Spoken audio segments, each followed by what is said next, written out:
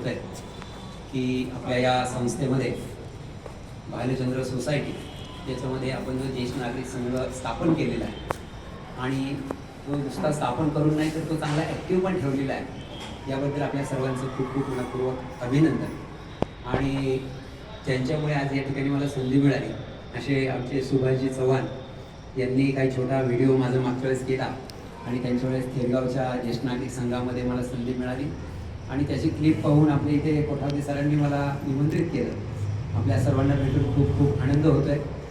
मागच्या जन्मीसुद्धा आपण असेच कुठेतरी भेटलो होतो आणि पुन्हा या जन्मामध्ये भेटण्याची संधी येणं कारणाने आपल्याला मिळत असते. आणि मार्गदर्शनाची सुरुवात आपण थोडीसं प्रार्थनेने करणार आहोत.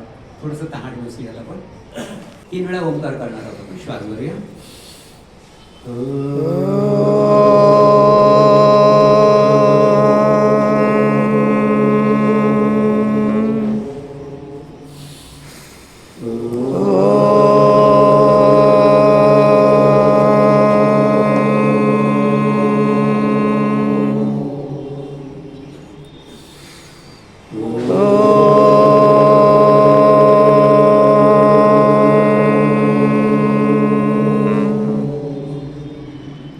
गायत्री मंत्र. ओम भूर्भुवस्वः तत्सवितुर्वरेण्यं भर्गो देवस्य धीमहि धियो यो न प्रचोदयात्. गुरुर्ब्रह्मा गुरुर्विष्णु गुरुर्देवो महेश्वरः गुरु साक्षात् परब्रह्म तस्मै श्री गुरवे नमः. वक्रतुंड महाकाय सूर्यकोटि समप्रभ निर्विघ्नं कुरु मे देव सर्वकार्येषु सर्वदा. सर्वमंगलमांगल्ये शिवे सर्वार्थसाधिके शरण्ये त्र्यंबके गौरी नारायणी नमोस्तुते. नमस्कार स्थितीमध्ये एकमेकांना नाचायचे आपल्या डोळ्यांवर. हातातल्या आता डोळ्यांवर काढवा, चेहऱ्यावर हात आपण खाली घ्या. पुन्हा एकदा आपल्या सर्वांचं मनपूर्वक स्वागत, अभिनंदन आणि पहिल्यांदाच धन्यवाद. या ठिकाणी आजचा काही थोडासा विषय मांडण्याचा विचार आपण करतो आहोत की आपली भारतीय संस्कृती संस्कार या संदर्भामध्ये गेल्या 3-4 पिढ्यांपासून जी काही कमतरता निर्माण झाली आणि त्याचा परिणाम आता आपल्याला 4थ्या पिढीमध्ये दिसतोय आणि तो इतका मोठ्या प्रचंड प्रमाणामध्ये दिसतोय की त्याला आपण आता काबूमध्ये करू शकत नाही अशी परिस्थिती निर्माण झाल्याचे चित्र आपल्याला समाजामध्ये दिसतंय. आणि म्हणून या ठिकाणी आपण गणपतींचं पूजन केलं. त्याच गणपतींच्या नावाने आजकाल बरेचसे चुकीचे व्हिडिओज टाकले जातात. आपल्या मुलांना मुलींना आपल्या धर्माबद्दल विचित्र गोष्टी सांगितल्या जातात. तुमच्या धर्मामध्ये 33 कोटी देव आहेत. तुमच्या धर्मामध्ये देवांना जनावराचं तोंड लावलेलं आहे. तुमच्या धर्मामध्ये देवांना शेपूट लावलेली आहे. असे कुठे देव असतात? आणि मग हा धर्म, ही संस्कृती आपण आपल्या पुढच्या पिढीला शिकवली नसल्यामुळे आज ते लगेच वाहत जातात आणि दुसऱ्या धर्माचा स्वीकारही करतात. सहज इकडून तिकडे पळूनही जातात. आणि म्हणून हे जर आपल्याला सगळं थांबवायचं असेल तर आपणच प्रयत्न केले पाहिजेत. आणि म्हणून आपण जरी ज्येष्ठ असलो पण आपण श्रेष्ठ आहोत. आणि म्हणून आपण इतके पावसाळे पाहिल्यानंतर आपली जी अनुभूती आहे, आपण जो अनुभव घेतलेला आहे, तो अनुभव आपण एकमेकांना सांगणं, भले ते ऐकणार नाही परंतु ते वातावरणामध्ये शब्द सोडणं. बऱ्याच वेळा आपण काय करतो, नकारात्मकच बोलत असतो. माझ्याच्याने बदल होणारच नाही, मी कितीही सांगितलं तर ते ऐकणारच नाही. अशाच पद्धतीने नकारात्मक जी दृष्टी आहे ती आपण समाजामध्ये पसरत असतो. परंतु उलट आपण सकारात्मक ऊर्जा जर पाठवायची असेल तर आपल्या बोलण्यामध्ये सुद्धा सकारात्मक विचार असले पाहिजे. अशा दृष्टिकोनातून ज्येष्ठांनी आणि श्रेष्ठांनी जर काम करायला सुरुवात केली तर निश्चित मला असं वाटतंय की आपण थोडंसं का होईना पण परिवर्तन करू शकतो. कृती आहे ही काही अशी वेडी वाकडी संस्कृती अजिबात नाही. तिला म्हटलेलंच आहे की सनातन संस्कृती. सनातन म्हणजे जेव्हा केव्हा ही आदिसृष्टी निर्माण झाली आहे, जेव्हा केव्हा या ब्रह्मांडाची निर्मिती झालेली आहे, त्या क्षणापासून सनातन धर्माची सुरुवात झालेली आहे. मग भले त्यावेळेस म्हणजे वनस्पती असोत, प्राणी असोत नसोत, परंतु विश्वाला एक नियम तर आहेत. ज्या वेळेस परमेश्वराने ही सृष्टी निर्माण करण्याचा विचार केला, ती सृष्टी निर्माण करताना त्यांनी जे काही ग्रह तारे सुरुवातीला जे काही बनवले असतील, त्यावेळेस त्यांना नियमबद्ध पद्धतीने राहायला पाहिजे. आणि म्हणून ते जे काही नियम बनवलेले गेले होते त्यालाच सनातन धर्म असं म्हटलं जातं. आणि म्हणून आजही आपले ग्रह तारे त्यांच्या त्यांच्या नियमामध्ये फिरतायत, एकमेकांवर आदळत नाहीये, आणि म्हणून आपल्याला त्या सृष्टीमध्ये राहता येत. अशा अशा अनेक आकाशगंगा आहेत, अनेक सूर्य आहेत. त्याच्यातल्या एका सूर्य मालिकेमध्ये आणि त्या सूर्य मालिकेतल्या एका ग्रहावर आपण राहतो आहोत. म्हणजे आपण किती छोटे आहोत, पण आपण स्वतःला काय समजतो?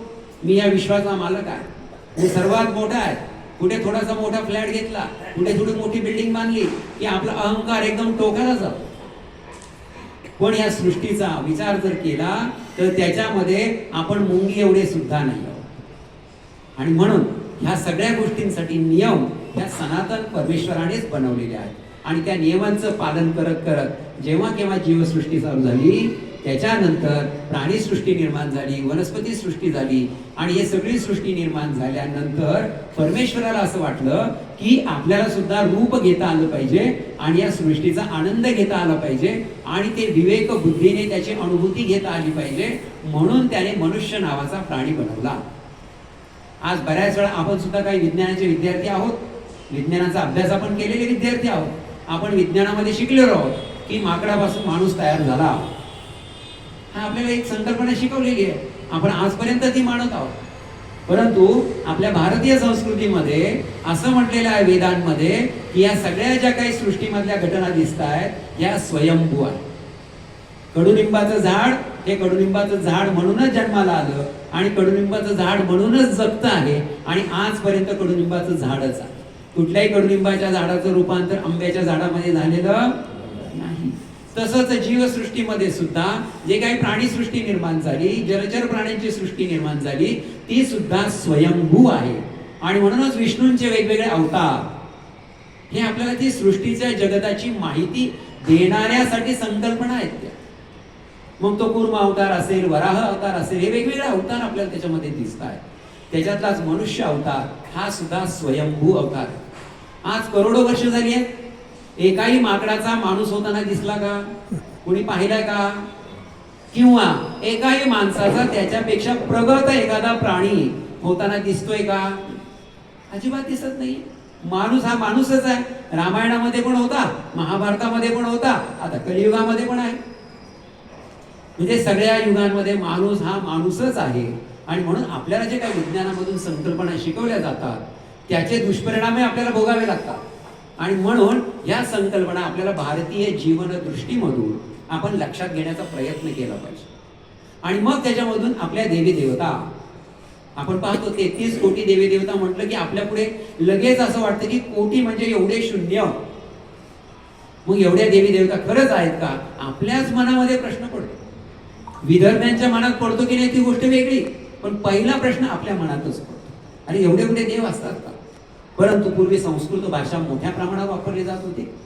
सगळीकडे संस्कृतीचा बोलाचाल होती.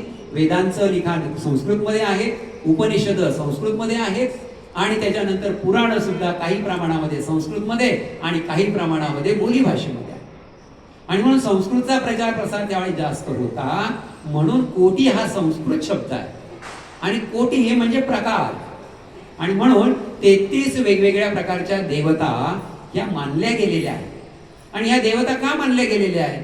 कारण देव म्हणजे देणारी शक्ती, ज्यांच्याकडे फक्त देण्याचीच भावना आहे, काही घेण्याची भावना नाही. आणि म्हणूनच देवळामध्ये गेल्यानंतर आपण फक्त 1 रुपया टाकतो, 10 रुपये टाकतो, पण बऱ्याच वेळा मला चांगला 4 BHK चा फ्लॅट पाहिजे, 4 चाकी वाहन पाहिजे. त्याची किंमत कुठे? आपण टाकलेलं दान कुठे? त्याची काही तुलना नसते. परंतु आपण हे देतो हे काहीतरी त्याच्यामध्ये अंश रूपाने मी देतोय ही भावना मनामध्ये असते. ते तर द्यायलाच बसलेले आहे. आणि म्हणून सगळ्या देवांना परमेश्वराने आज्ञा दिलेली आहे की कुणी काहीही मागितलं तरी तुम्हाला फक्त एकच शब्द वापरायचा आहे, तो म्हणजे तथास्तु. त्यांना देव ही संज्ञा वापरली जाते. जे त्याच्यापेक्षा वेगळा आशीर्वाद देतात त्यांना दानव ही संज्ञा वापरली जाते, असुर ही संज्ञा वापरली जाते. देवांना सूर असं म्हटलं जातं. सूर आणि असुर या दोन व्यक्तिमत्वातले जे गुण आहेत याने सगळी ही सृष्टीमध्ये मानव सृष्टी बनलेली आहे. आपण आपला विचार करायला पाहिजे की माझ्यामध्ये देवत्व जास्ती आहे का माझ्यामध्ये असुरत्व जास्ती आहे. आणि या असुरत्वावर आपल्याला देवत्वाचा विजय मिळवणं म्हणजे खऱ्या अर्थाने मानवाने परमात्म्याच्या दर्शनापर्यंत जाणं. आणि त्याच्यासाठी आपल्याला जन्म मिळालेला आहे. याची देही याची डोळा मी परमपिता परमेश्वराचं दर्शन करू शकतो, त्याच्यासाठी हे शरीर मिळालेलं आहे. आणि म्हणून तो प्रयत्न करणाऱ्यांना देव दिसतो आणि चराचरामध्ये सगळीकडे देव त्यांना दिसायला लागतो.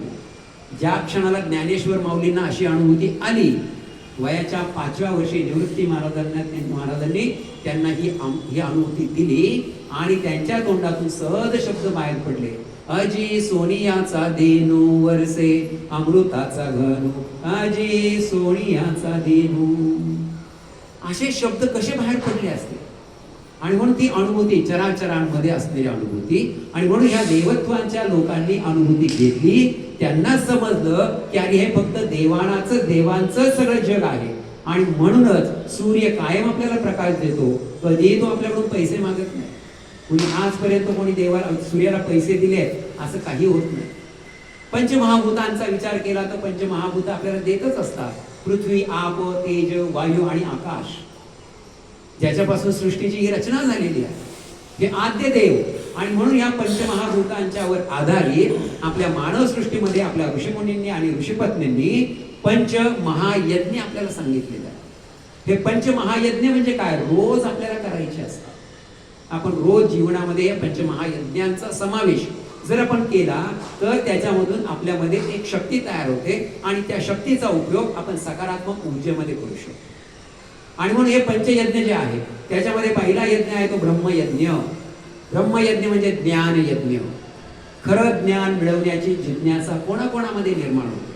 नाहीतर जन्माला आलोय, थोडंसं शिक्षण घेतोय, लहानाचे मोठे झालोय, पैसे कमवण्यासाठी नोकरी मिळवली, नोकरी मिळाली, लग्न केलं, पोरवळ झाली, म्हातारे झालो, परत नातवंडाचं करत बसलो आणि एक दिवस गुडूप झालो. याला जीवन म्हणायचं का? आणि म्हणून वेदांमध्ये जीवनचर्या दिलेली आहे, आयुर्वेदामध्ये जीवनचर्या दिलेली आहे. आयुर्वेद म्हणजे आपल्याला फक्त औषधी वनस्पतींचंच माहिती आहे. औषधी ज्या गोळ्या दिल्या जातात त्यालाच आयुर्वेद म्हणतो. आयुर्वेदामध्ये 80% भाग हे जीवन जगण्याची कला कशी आहे त्याच्याबद्दल लिहिलेलं आहे. त्याच्याबद्दल कोणी बोलतच नाही. 20% भाग फक्त औषधांचा दिलेला आहे, त्याच्याबद्दल जास्त बोललं जातं, कारण तिथे पैसा कमवण्याची भीती आहे. आणि म्हणून या जीवनाचं साफल्य कशामध्ये आहे एकदा ते आपल्या लक्षात आलं की मग देव ही संज्ञा आपल्याला अत्यंत सोपी वाटायला लागते. आणि म्हणून ब्रह्मयज्ञ, ज्ञान यज्ञ ज्याला म्हटलं जातं, वेदांचं अध्ययन करणं, उपनिषदांचं अध्ययन करणं, पुराणांचं वाचन करणं. आणि म्हणूनच पूर्वी आपल्याकडे श्रावण महिन्यामध्ये या जुन्या लोकांना सगळ्यांना आठवत असेल, आपल्या घरी पोथी लावायची. मग कुणी रामायण लावायचं, कुणी काय नवनाथाची कथा लावायचं, कुणी भागवत कथा लावायचं, असे वेगवेगळे श्री हरी विजय लावायचे. अशा ग्रंथांचं वाचन ही करण्याची पद्धती पूर्वी लावली होती. आणि त्याच्यामधूनच आपल्याला ज्ञान प्राप्त व्हावं आणि त्या ज्ञानाचा उपयोग आपल्याला करता यावा, ही सगळी विषयाची मांडणी आपल्याला त्याच्यामध्ये केलेली दिसते. आणि म्हणून या ब्रह्मयज्ञाचा उपयोग आपल्याला विज्ञानमय संस्कृती कशी आहे हे जाणून आपण घेतलं. आपली संस्कृती अशी लेचीपेची नाही आहे. एक फक्त उदाहरण लक्षात घ्या तुम्ही, आज लाखो वर्ष झाली आपल्यावर दोन्ही आक्रमण होत आहेत, बरोबर आहे.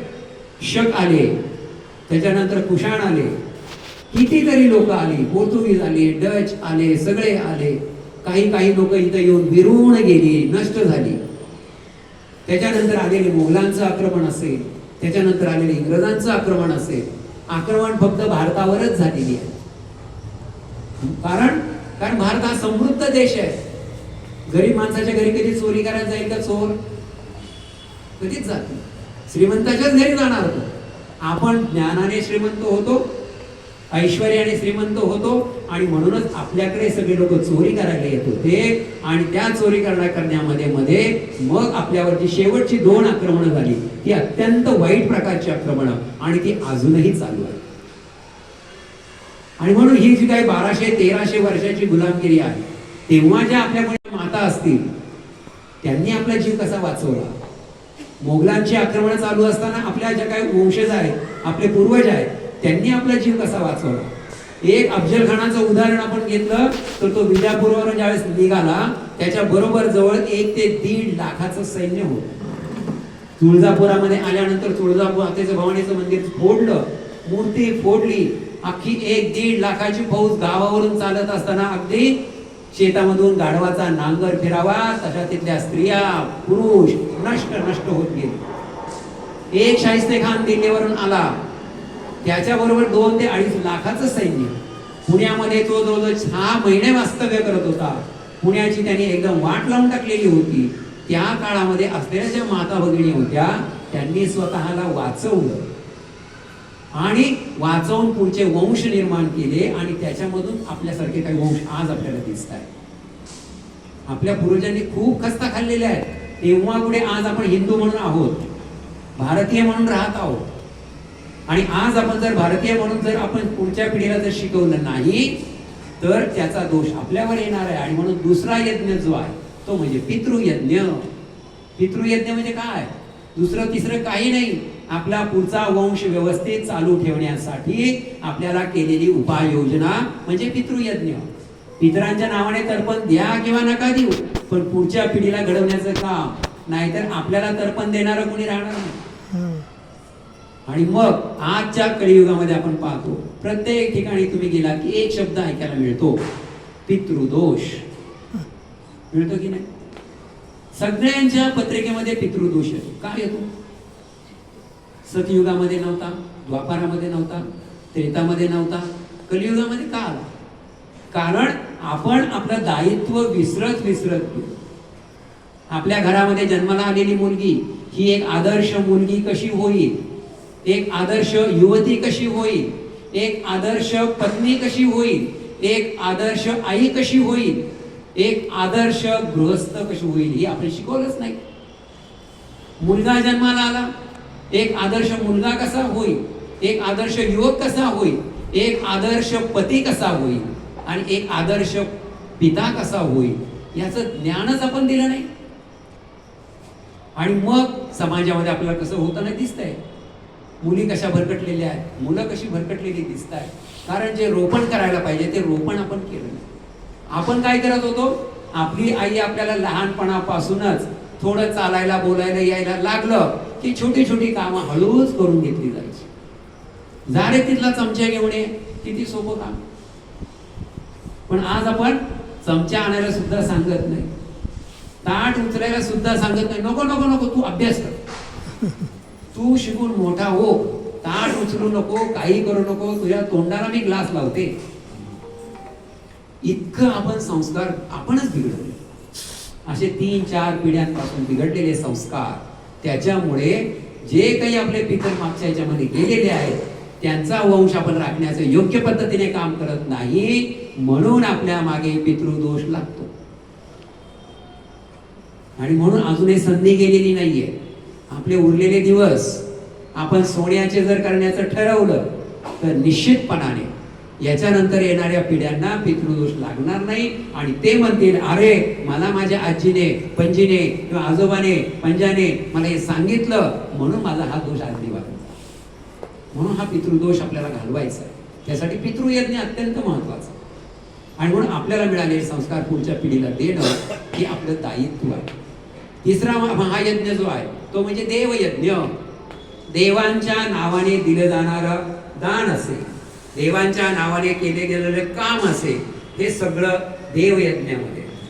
आपण ज्यांना 33 वेगवेगळ्या प्रकारच्या देवी देवता मानतो, या 33 वेगवेगळ्या प्रकारच्या शक्ती आहेत, त्या शक्तींना जाणून घेणं आणि त्या शक्तींचं अवतरण करणं, त्यांची अनुभूती घेणं आणि त्याचा प्रचार प्रसार करणं म्हणजे देवयज्ञ.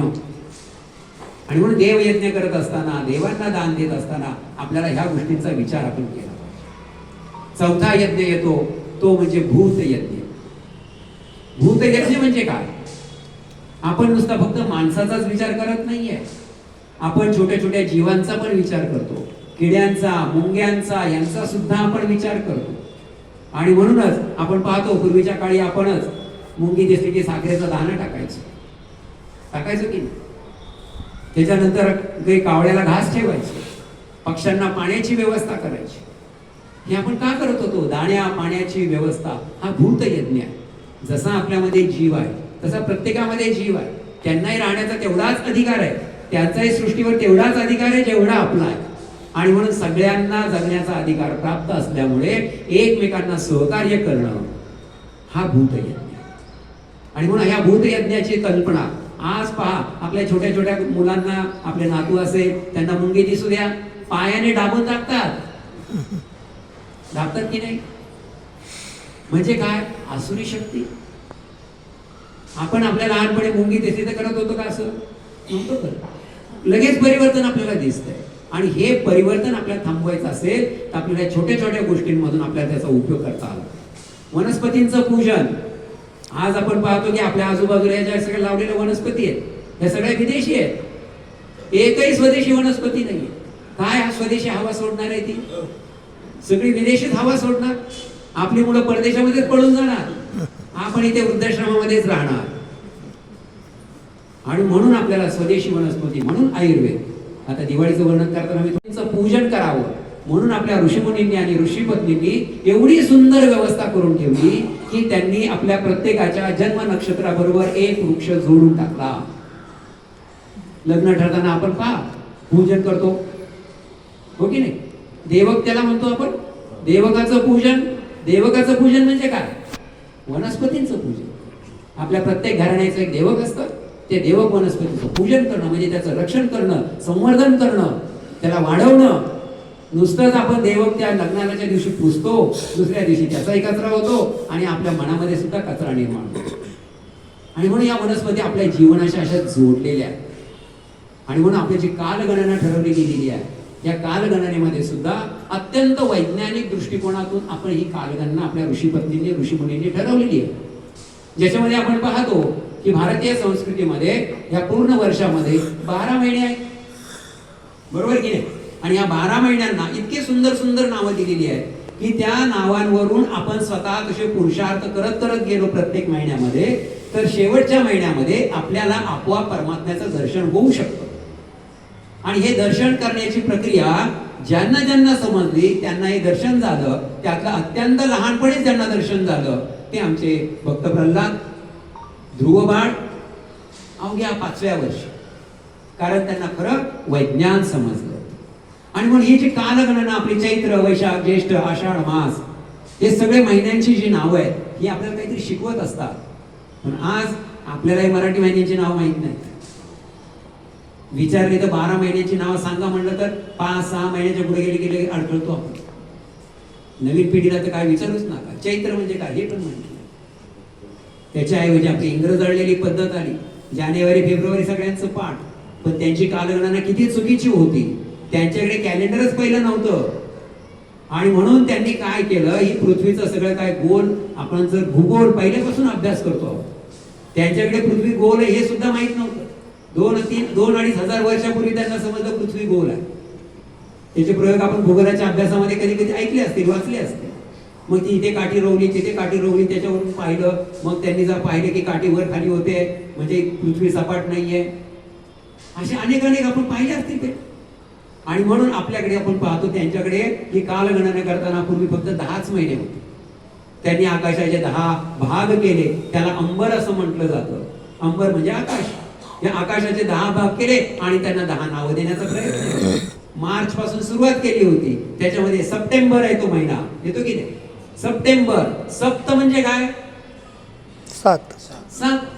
बरोबर की नाही? सप्टेंबर म्हणजे 7वा महिना यायला पाहिजे. येतो की तुला? 9. ऑक्टोबर. अक्ट म्हणजे 8. यायला कितवा पाहिजे? 8वा. येतो कितवा? 10वा. नोव्हेंबर. 9 म्हणजे 9वा यायला पाहिजे. डिसेंबर, दस अंबर, म्हणजे 10वा यायला पाहिजे. येतो की तुला 12. त्यांना कळालंच नाही महिने कुठं काय करायचे ते. आणि म्हणून 10च महिने त्यांच्याकडे होते. डिसेंबर पर्यंत चालत होतं. मग आपल्या भारतीय संस्कृतीचा अभ्यास आपले काही तिकडे गेले. ते म्हणले अरे 12 मध्ये केल्यानंतर बरोबर कालगणना बसते.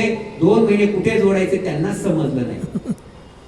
शेवटी जोडायला पाहिजे तर त्यांनी सुरुवातीला जोडले आणि सगळे पुढचे महिने पुढे पुढे सरकले.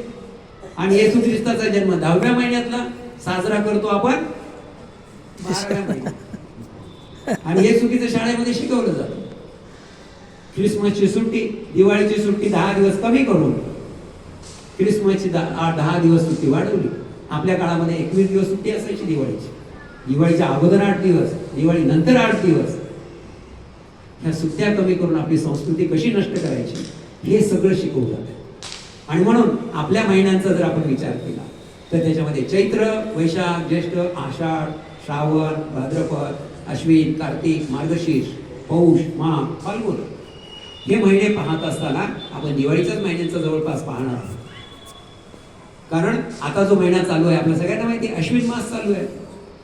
आणि भाद्रपद महिन्यामध्ये ज्यावेळेस गणेशोत्सव सुरू झाला तेव्हापासून आपल्या जीवनामध्ये आपण श्री गणेशायनम करतो. आणि श्री गणेशायनम केला की लगेच आपल्याला पितरांची आठवण होते. म्हणून पहिल्यांदा गणपतींचं पूजन झालं की लगेच आपण पितरांचं पूजन म्हणून पितृपंधरवडा घेतो. पितरांचा आशीर्वाद घेतला, गणेशाचा आशीर्वाद घेतला की आपल्या एक अंगामध्ये किंवा वातावरणामध्ये एक शक्ती तयार होते. आणि पुढे येतो तो अश्विन मास. आणि अश्विन मासाची सुरुवातच आपण पाहतो की नवरात्राने होतो. नवरात्र म्हणजे तरी काय, 9च का रात्री आहे? कारण हे 9च चक्र या सृष्टीमध्ये चालू आहे. 9 महिने पूर्ण झाले की बाळाचा जन्म होतोच. 9 महिने पूर्ण झाले की पाऊस पडणार म्हणजे पडणारच. असं हे चक्र, कालचक्र. म्हणून 9चा पाढा जर तुम्ही पाहिला तर 9 एके 9, 9 दुने 18, 8 अधिक 1, त्याचं जर तुम्ही केलं तर 9च येतो. आणि म्हणून नवरात्री आहे. या नवशक्ती, नवदुर्गा ज्याला आपण म्हणतो. आणि म्हणून नवदेवींची नावं सुद्धा वेगवेगळी दिसतात. ह्या नवदेवींचं पूजन करून आणि म्हणून स्त्री शक्ती आपल्याकडे बांधली गेलेली आहे. या स्त्री शक्तीचा उपयोग या देवी देवता करत असतात. आणि देव सुद्धा प्रसंगी आपल्या देवीचं आराधना करत असतात. महिषासुराचं मर्दन करायचं होतं तर देवांना कोणाला शक्य नव्हतं. त्यावेळी देवीचंच आराधना करून महिषासुर मर्दिनी तिला बनवलं. आणि देवीला दिलेले किती हात आहेत? 8 हात दिलेले आहेत. एका देवीला आपण 8 अष्टभुजा देवी म्हणतो. कुठल्याही पुरुष देवतेला 8 हात नाहीत. आहेत का? पुरुषांकडे शक्ती कमी आहे. खरी शक्ती स्त्रियांकडेच आहे. आणि म्हणून आपली भारतीय संस्कृती सुद्धा स्त्री प्रधानच होती. परंतु आज स्त्रियांचं सबलीकरण, स्त्री मुक्ती याच्या नावावर जे काही फॅड आलेलं आहे त्याच्यामुळे महिला आपली स्वतःची शक्ती विसरल्या आणि त्याचे दुष्परिणाम मग आपल्याला समाजामध्ये होताना दिसतात. आणि म्हणून नवरात्रामध्ये आपण शक्तीची उपासना करतो. महाकाली, महादुर्गा, त्यानंतर महालक्ष्मी, महासरस्वती या 4ही देवतांचं पूजन त्याच्यामध्ये होतं. आणि ज्या वेळेस महासरस्वतीचं पूजन पूर्ण होतं म्हणजे सरस्वती म्हणजे काय? सर को स्व में स्थापित करना. स्वतःच्या मेंदूला म्हणजे विवेकाला, स्व म्हणजे आत्म्यावर स्थापित करणं. आत्म्याचा आवाज आपण म्हणतो ना, आतला आवाज. राजकीय भाषेमध्ये कधी शब्द ऐकले? त्यांना आतला आवाज आला म्हणे की मला त्या पक्षात जायचं. बरोबर आहे की नाही? काय माहिती कुठल्या पक्षाने आज जाऊन आवाज केला. असे शब्द ऐकले. पण हा आत्म आवाज आपल्याला सुद्धा येत असतो. आपण एक चुकून एखादं चुकीचं काम करायला जा, चुकून पहा लगेच आपल्या हृदयाचे ठोके बदलतात की नाही? ही संवेदना आपल्याला वाचता आली पाहिजे. या संवेदना वाचण्याची अनुभूती शास्त्र आपल्या ऋषीमुनींनी शोधलं होतं. आणि म्हणून पूर्वीच्या ऋषीमुनींना परकाया प्रवेश करता येत होता, दुसऱ्या जीवामध्ये जाता येत होतं, त्या जीवाचं म्हणणं ऐकता येत होतं आणि तशा प्रकारे उपाययोजना करता येत होती. अशातूनच निर्माण झालेला म्हणजे आयुर्वेद ग्रंथ. ते ऋषी आपला आत्मा त्या वनस्पतीमध्ये टाकायचे, त्या आवळ्यामध्ये टाकायचे, त्या आवळ्याचे गुण शोधून काढायचे, पुन्हा आपल्या बाहेर यायचे आणि ते आवळ्याचे गुण लिहून काढले. असा औषधी वनस्पतींचा आयुर्वेद ग्रंथ तयार झाला. आणि म्हणून त्यांनी शोधलेले जे गुण आहेत आजही आवळ्यामध्ये ते सापडतात. आणि आजच्या सायंटिफिक ज्या लॅबोरेटरीज आपण पाहतो त्याच्यामध्ये सुद्धा पृथक्करण करायला गेले तर तेच गुण आपल्याला त्या वनस्पतीमध्ये दिसतात. त्यावेळेस कुठल्या लॅबोरेटरी नव्हत्या, पण तरी त्यांनी शोधून काढलं. हे अनुभूतीचं शास्त्र. आणि म्हणून हे जाणून घेण्याचा प्रयत्न. आणि म्हणून नवरात्रामध्ये स्व में स्थापित जब करते हैं तो हमारा विजय होता है. आणि म्हणून दुसरा दिवस येतो तो विजयादशमी.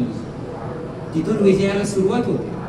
आणि त्याच दिवशी प्रभू रामचंद्रांनी रावणाचा वध केला. योगायोगाने हे सगळे दिवस जुळते झालेले आहेत. बरोबर त्या दिवसाचा योग असा असतो की त्या दिवशी पराक्रम आपोआप होतो आणि ते यश प्राप्त होतं. आणि मग विजयादशमी झाल्यानंतर प्रभू रामचंद्र आपल्या अयोध्येला निघतात. अयोध्येला निघाल्यानंतर बरोबर दसऱ्यापासून 21व्या दिवशी प्रभू रामचंद्र अयोध्येच्या दाराशी येतात. आणि म्हणून दिवाळीला बरोबर दसऱ्यानंतर 21व्या दिवशी आपली दिवाळी येते. 21 दिवसांनी काय आली? कारण 21 आकडा सुद्धा अत्यंत महत्वाचा आहे. त्या एक परमात्म्यापासून आपण दोन झालो म्हणजे तो परमात्मा आणि आपण आत्मा हे दोघांमध्ये रूपांतरण झालं. म्हणून 1 आणि 2 हे 2 आणि 1 शेजारी शेजारी ठेवले की 21 तयार होतो. आणि म्हणून गणपतीला दुर्वा वाहताना सुद्धा आपण किती वाहतो? 21च वाहतो. कारण दोनामधून पुन्हा आपल्याला एकाकडे जायचंय. हा आपला प्रवास.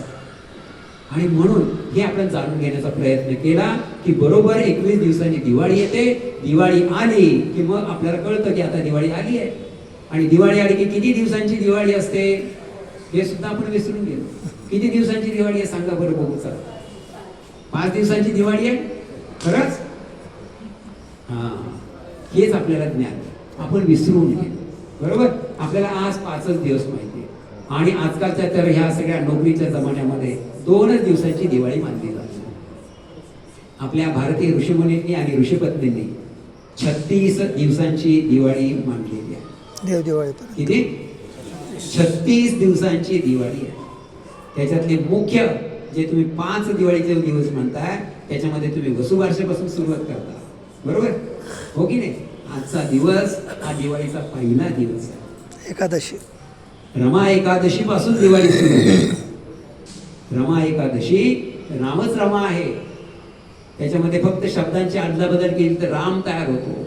आणि त्या रामाचे तत्वज्ञान तुम्हाला समजायचं असेल, राममय जीवन आपल्याला करायचं असेल तर आपल्याला रममाण होता आलं पाहिजे.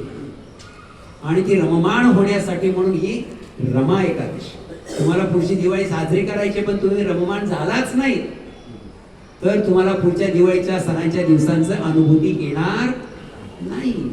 आणि म्हणून रमा एकादशीच्या दिवशी आपण एकादशीमध्ये आलेलो आहोत की नाही?